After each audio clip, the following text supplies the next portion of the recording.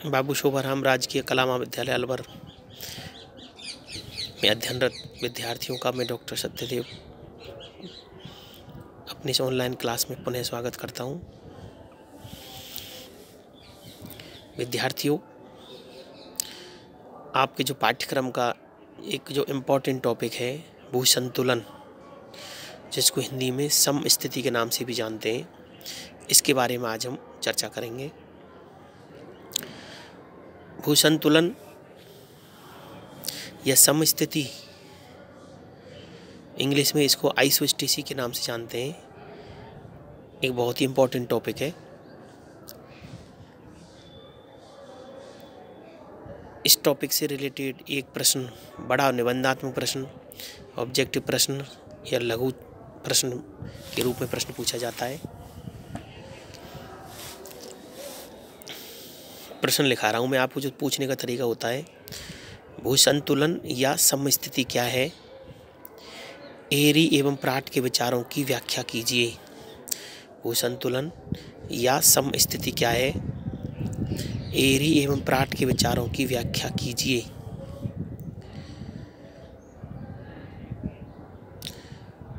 तो यहाँ पर सबसे पहले हम ये देखेंगे कि ये वस्तुतः भू संतुलन क्या है, जो आइसोस्टेसी है ये क्या है, किसे कहते हैं।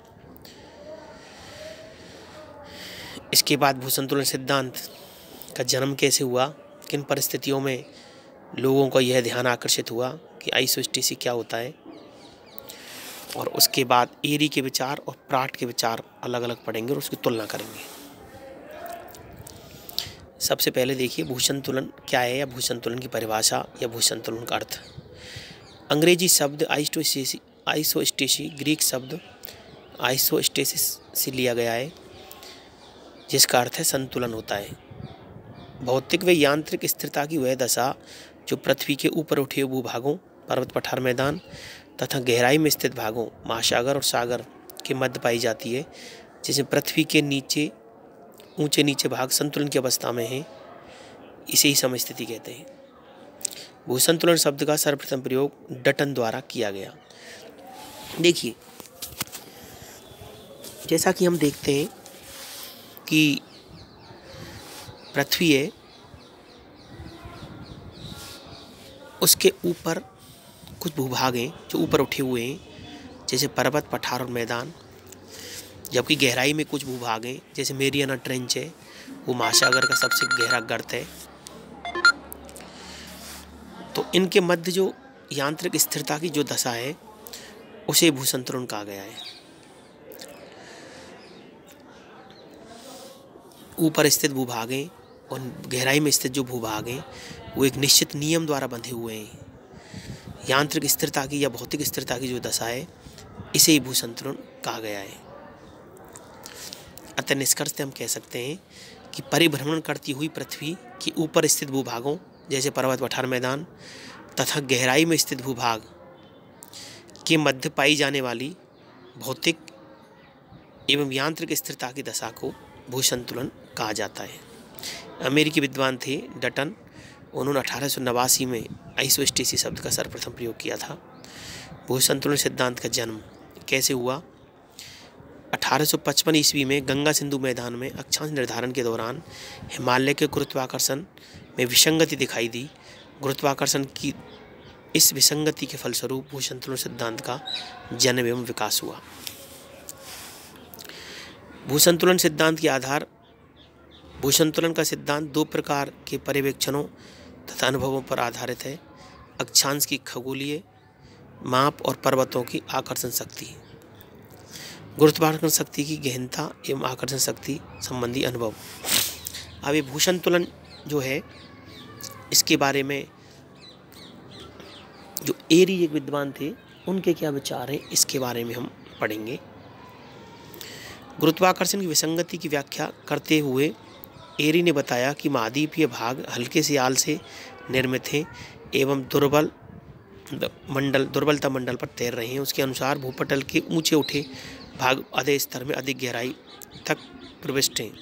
इस प्रकार से ऊंचे उठे भूभाग काफ़ी गहराई तक अपनी लंबी जड़ से अधे स्तर को विस्थापित कर देते हैं। फलस्वरूप ऊंचे उठे भूभागों के नीचे काफ़ी गहराई तक हल्के पदार्थों का विस्तार पाया जाता है।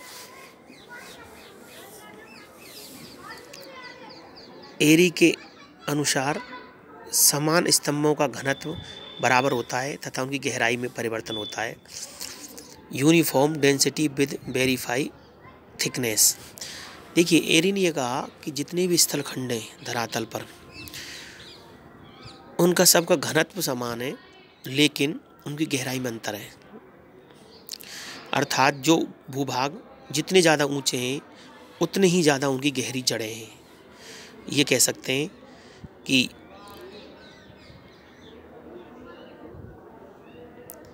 मैदानों की जड़ों से पठारों की जड़ें ज़्यादा गहरी हैं और पर्वत सबसे ऊंचे होते हैं, लेकिन जड़ें भी उनकी सबसे ज़्यादा गहरी हैं। इसके विपरीत कम ऊंचे भाग अधिक स्तर तक कम गहराई तक प्रविष्ट होते हैं, अतः वे अधिक घनत्व वाले पदार्थों को कम मात्रा में विस्थापित करते हैं एवं उनके नीचे आधे स्तर का घनत्व कम, अधिक घनत्व वाला पदार्थ अधिक मात्रा में मौजूद रहता है। इस प्रकार ऊंचे उठे भाग एवं निचले भाग एक साथ संतुलित होकर खड़े रहते हैं। आलोचना। एरी ने महाद्वीप एवं महासागरों को समान घनत्व की चट्टानों से निर्मित बताया, जबकि ये दोनों अलग अलग घनत्व की चट्टानों से निर्मित हैं। इनकी आलोचना पर्वतों की जड़ के आधार पर तो असत प्रतीत होती है। अब देखिए, एरी ने जो कहा था कि सभी स्थल रूपों का घनत्व समान है, इसे उचित नहीं माना जा सकता, क्योंकि पर्वत पठार मैदानों का घनत्व में अंतर है। दूसरी बात, उसने ये कहा कि जो भाग जितना ज़्यादा ऊंचा है उसकी उतनी ही गहरी जड़ें हैं। अब हम एक तरफ ये देखें कि पर्वत सबसे ऊंचे भाग हैं, और जैसे माउंट एवरेस्ट सबसे ऊंचाई चोटी है, 8,848 मीटर उसकी ऊंचाई है, तो उसकी गहराई है वो उतनी ही ज़्यादा है, 9 गुना गहरा है। तो अगर उसका 9 गुना करें तो हम देखेंगे कि नीचे इतनी गहराई में जड़ें होना सत्य प्रतीत नहीं होता, क्योंकि नीचे जा कर के टेम्परेचर इतना बढ़ जाता है कि चट्टानें पिघली हुई अवस्था में है। तो एरी का यह मत कि जो प्लावनशीलता में उसने विश्वास किया था, कि तैराब के नियम में विश्वास किया था कि जिस तरीके से बर्फ़ के 1 गुना भाग को ऊपर रहने के लिए उसकी 9 गुना भाग जल में अंदर रहता है, तो उसी प्रकार उसने बताया था कि एक भूखंड ऊपर जो दिखाई दे रहा है उसका 9 गुना भाग गहरा है। तो ये बात सही प्रतीत नहीं होती। प्राट के विचार। तो ये तो एरी के विचार थे। अब नंबर 2 है प्राट के विचार। प्राट ने हिमालय के गुरुत्वाकर्षण की विसंगति की व्याख्या करते हुए यह बताया कि हिमालय का वास्तविक आकर्षण अनुमानित आकर्षण से इसलिए कम है क्योंकि पर्वत कम घनत्व वाली चट्टानों से निर्मित है।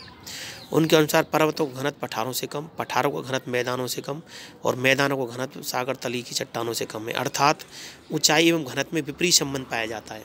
अब प्राट ने बताया था जो भूखंड जितना ज़्यादा ऊंचा है उसका घनत्व उतना ही ज़्यादा कम है। जैसे सागर तलीय उसका घनत्व सबसे ज़्यादा होता है, जबकि पर्वतों का घनत्व सबसे कम होता है। अर्थात घनत्व एवं गहराई में उल्टा संबंध है, अर्थात ऊंचाई एवं घनत्व में विपरीत संबंध पाया जाता है। प्राट की धारणा थी कि नीचे एक ऐसा तल है जिसके ऊपर घनत्व में अंतर पाया जाता है, जिसके नीचे घनत्व समान रहता है। प्राट का क्षतिपूर्ति तल में विश्वास था। Uniform depth with verified density, अर्थात सबकी गहराई समान है लेकिन उनके घनत्व में अंतर है। घनत्व अंतर को हम ये मान सकते हैं कि पर्वतों का घनत्व मैदानों से कम और मैदानों को घनत्व सागर तली से कम है। सबसे ज़्यादा घनत्व सागर तली का पाया जाता है। तो ये आपका प्राट और एरी के विचार थे भूसंतुलन को लेकर के। अब दोनों की हम तुलना करें, प्राट और एरी की तुलना करें, तो हम पाते हैं प्राट एवं एरी के मतों में मूलभूत अंतर यह है, जहाँ एरी के अनुसार विभिन्न स्तंभों का घनत्व एक समान होता है, वहीं उनकी गहराई में अंतर होता है। अर्थात एरी कहता है कि विभिन्न स्तंभों को घनत्व तो समान है, सभी स्थल खंडों का घनत्व समान है, लेकिन उनकी गहराई में अंतर है, उनकी जड़ों की गहराई में अंतर है। जबकि प्राट के अनुसार गहराई समान रहती है लेकिन उनके घनत्व में अंतर है। हैफोर्ड एवं बेबी ने भी भूसंतुलन के संबंध में प्राट से मिलते जुलते विचार व्यक्त किए। उपसंहार एवं भूसंतुलन सिद्धांत का महत्व। वर्तमान समय में भूसंतुलन सिद्धांत को एक सिद्धांत ने मानकर एक तथ्य माना जाने लगा है। इस सिद्धांत के द्वारा पृथ्वी की आंतरिक संरचना, पर्वतों की संरचना, पृथ्वी का धरातलीय रूप, महाद्वीपीय उठाव एवं गिराव आदि स्तंभों को समझने में काफ़ी सहायता मिलती है। तो प्राट का विश्वास क्षतिपूर्ति रेखा में था। इस तरीके से ये एक बहुत इंपॉर्टेंट टॉपिक है, न केवल परीक्षा की दृष्टि से बल्कि जो कंपटीशन परीक्षा है उनकी दृष्टि से। और इसका जो होमवर्क रूप में मैं दे रहा हूँ, आप लिखिए भूसंतुलन या समस्थिति से आप क्या समझते हैं। प्राट एवं एरी के विचारों की तुलनात्मक व्याख्या कीजिए। दोबारा लिखिए भूसंतुलन या समस्थिति से आप क्या समझते हैं। प्राट एवं एरी के विचारों की तुलनात्मक व्याख्या कीजिए। धन्यवाद। Thank you so much.